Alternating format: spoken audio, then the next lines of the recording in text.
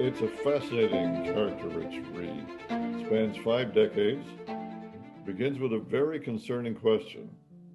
What was the Kriegsmarine, the German Navy, doing in a small lakeside town hidden among the tall pines of central Long Island, New York, 50 miles east of New York City, way back in 1937? And furthermore, why didn't it worry the local residents? So we initially find out only part of the answer, so we have to dive much more deeply into those unique waters of the forbidding lake to kind of learn the true secret. Terminal is a story of one man's lifelong fight to not only answer the question I was just posing, but to stop a very dangerous plan that began before the beginning of World War II.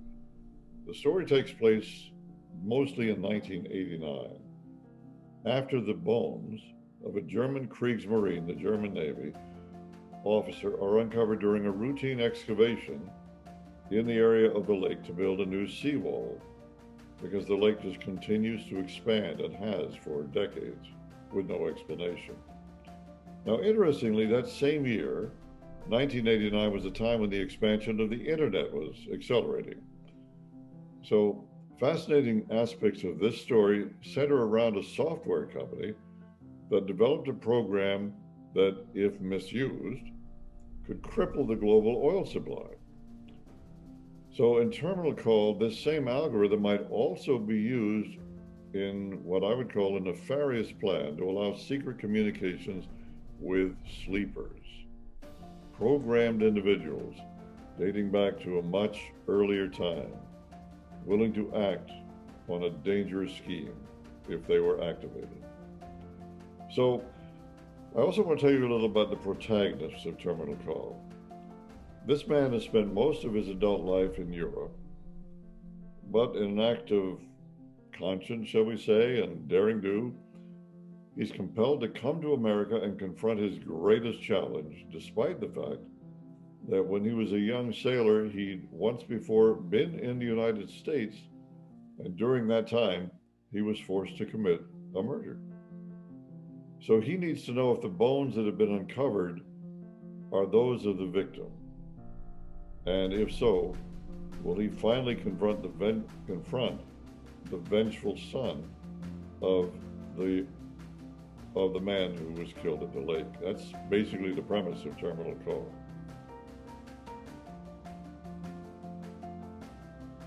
You know, I've been fascinated by the lake for many, many years. The fact that it was once a resort. I used to pass the entrance, old concrete pillars tilting in the sand, unpaved road. I used to pass it as I commuted home every day, and I wondered what was going on in that lake. Well, years ago, when my son was a little boy, we purchased a rubber inflatable raft and took it out on the lake. I was even more fascinated because there were waves in an inland lake, something pretty unusual. Well, then I decided I needed a better view. I wanted to understand where the lake fit. So I went to an airport, rented a small plane. It was a Piper Cherokee. And I flew back from that part of Long Island where I'd rented it, over the lake, circled it a couple of times, and realized that here it was, the largest piece of fresh water in the entire area of Long Island, a populated area of over 3.5 million people. And then what was the nearest port to a major body of water, and that was Port Jefferson. The Long Island Sound is on the south, is the Great South Bay. So picture these two. Long Island is surrounded by those two. So I wanted to see where the nearest deep water port was to the lake. So I got a good view from the plane.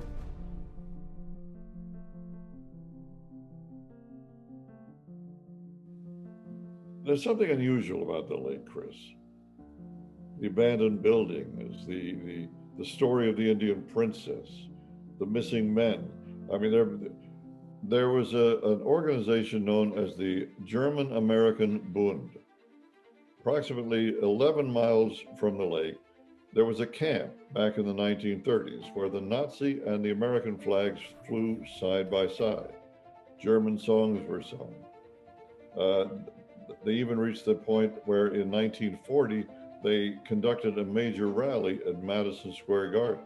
All these things were going on, and again, what's puzzling is nobody really did anything about it. As a matter of fact, at the rally that I spoke of, Charles Lindbergh gave an address stating that there'd be no reason for the Americans to have a fight with Germany because we certainly did not have the equipment to outfly their Luftwaffe airplanes, fighter airplanes and bombers at that time. The story also involves a man named Martin Bormann. Martin Bormann was considered the architect of Auschwitz, one of the most terrible of the Nazis, and he escaped trial at Nuremberg, disappeared. Simon Wiesenthal, the very famous Nazi hunter who located these criminals throughout the world, was never able to find Martin Bormann, even though Martin Bormann was high on the hit list. The story involves the potential of Martin Bormann being at the lake. But as far as the factual aspects are concerned, nobody really knows for certain where Martin Bormann ended up. Some people think South America. In this story, we do think it conceivably could be in the Lake Ronkonkoma area. But the Bund, the fact that these people were meeting, the fact that the campers at the Bund camp would regularly go and enjoy the water and party down at the lake. Those are factual aspects of the story that I find very, very interesting and intriguing.